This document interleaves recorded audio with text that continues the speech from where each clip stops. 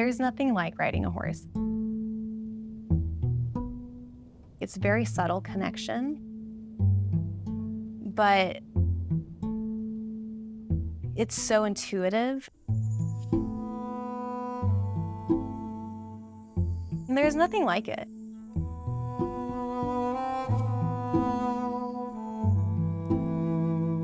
Autoimmune is really hard to describe to people.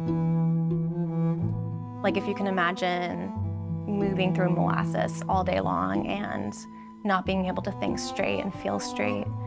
Socially, I would say has been one of the biggest areas of my life it's affected. I was always kind of the wallflower.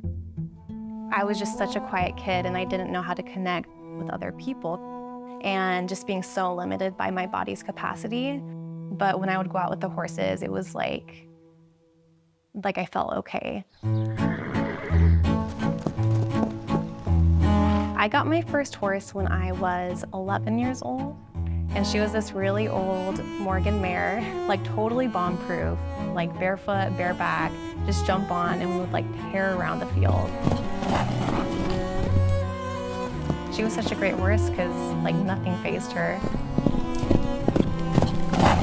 What's your take on the horse girl stereotype? That question made me laugh so much when I read that, because there is like such a stereotype with horse people. I feel like we can be a little bit eccentric with our horses because what we're experiencing is so cool. This is Rosie, and she's going to start her endurance career this year. She has done one 25-mile race and one 50-mile race, and so we'll start doing 50-mile races for about 2 years, and then she'll bump up to 100. My husband wanted a motorcycle, so we had a deal he could get a motorcycle if I could get a horse. 10 years later, his motorcycle is gone, and I have 8 horses and a farm. You have to be in the best shape you've been in your whole life. One of the things I was out to prove was that age ain't nothing but a number. Yeah. So, because I had my 60th birthday when I was there.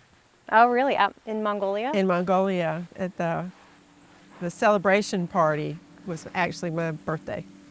When you do endurance riding, there are a lot of people in the United States and they do 25-mile races, 50-mile races, and 100-mile races. Most of the people in the endurance community know about the Mongol Derby.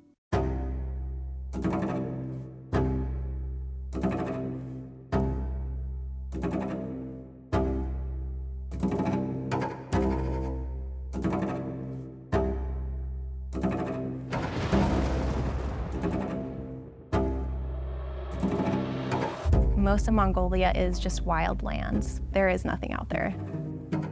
When every time you go over a hill, you don't know what's going to be there.